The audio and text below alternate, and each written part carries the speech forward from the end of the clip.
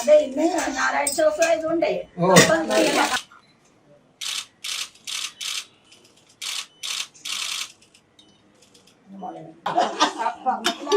എനിക്ക് ഏറ്റവും ഇഷ്ടം.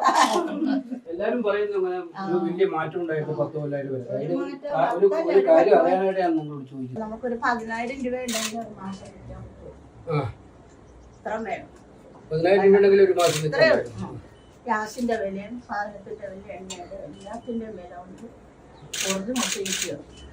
ഇവർക്ക് മത്സ്യത്തൊഴിലാളികൾക്ക് ഒരു പണിയില്ല. കഴിഞ്ഞ ആഴ്ചയിൽ ഇതുപോലെ ഹസ്ബൻഡ് 100 രൂപയായിട്ട് വന്നിട്ട് ഞാൻ അടുത്തൊരു കടയിൽ ചെന്നിട്ട് 1 കിലോ അരിക്ക് 60 രൂപ കിട്ടും. 32 രൂപയായിരുന്നു 10 കൊല്ലം. മുളക് പഠിക്കുകയാണെങ്കിലും 100 60 രൂപ എടുക്കും. അപ്പൊ 100 രൂപയും കൊണ്ട് വന്നാൽ ഞാൻ 120 രൂപയ്ക്ക് സാധനം വാങ്ങിച്ചു.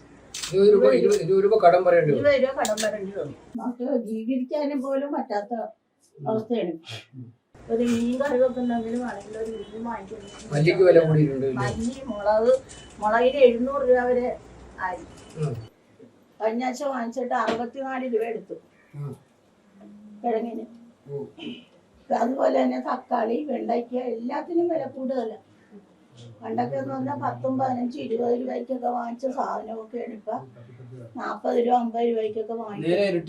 എല്ലാം ഇത്രയും വില കൂടിയില്ലേ?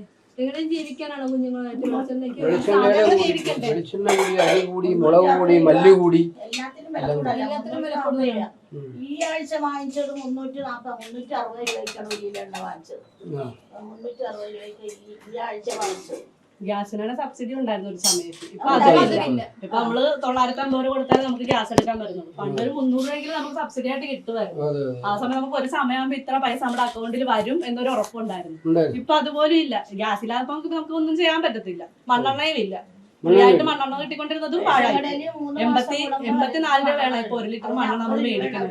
നമ്മുടെ സാധനം നമ്മൾ വേലിയെടുക്കുന്ന പൈസ കൊണ്ട് തന്നെ നമുക്ക് കുഞ്ഞുങ്ങളും ജീവിത പങ്കാളിയും ഒക്കെ ആയിട്ട് ഭക്ഷണം കഴിക്കാനുള്ള ഒരു ഇത് നമുക്ക് കിട്ടണം. വില കുറയ്ക്കണം, വരുമാനം കൂട്ടണം.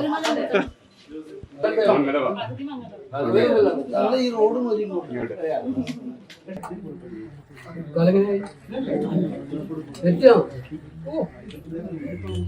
എങ്ങനെയാണ്